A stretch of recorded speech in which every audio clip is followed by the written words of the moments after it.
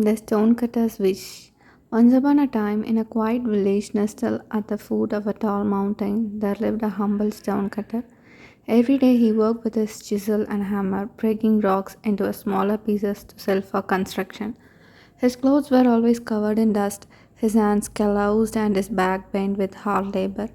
Though he earned just enough to live, he often felt envious when he saw people who seemed more powerful and fortunate than he. One afternoon, while cutting a huge boulder under the blazing sun, he sighed, "How unfair life is! I were rich and lived comfortably." Suddenly, as if the mountain itself had heard him, his wish was granted. He found himself in a magnificent palace wearing fine silk and surrounded by wealth. At first, he was overjoyed, but soon he noticed that even the richest man in the land could not escape discomfort. The sun blazed fiercely, and in his skills felt hotter than ever. So he cried out, "The sun is greater than wealth. I wish I could be the sun." And in an instant, he became the radiant sun, shining brilliantly over the world.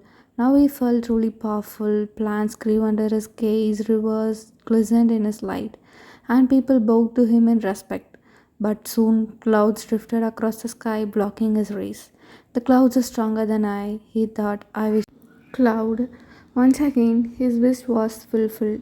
Now he floated across the sky, bringing rain to thirsty lands, darkening the day and cooling the air. Yet, as he moved freely, he realized the wind was stronger. It pushed him here and there, scattering him apart. "The wind is stronger than the cloud. I wish to be the wind." He roared as the mighty wind, tearing leaves of trees and shaking houses, proud of his strength. But when he tried to move a huge mountain, he realized the mountain stood unmoved. "The mountain is mightier than the wind. I wish to be the mountain." And so he became a towering mountain, immovable, solid, proud, and enduring. For a moment, he believed he was finally the greatest of all. But then he felt a sharp pain. Chip, chip, chip.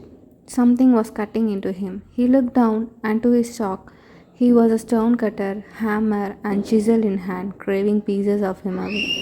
Only then did he understand. The stone cutter was mightier than the mountain itself, and in that instant he longed to be himself again. His wish was granted, and he found himself once more with his hammer and chisel, working humbly by the mountainside. But now his heart was filled with gratitude. He no longer compared himself to others. Instead, he saw the dignity in his work and the power he had carried all along.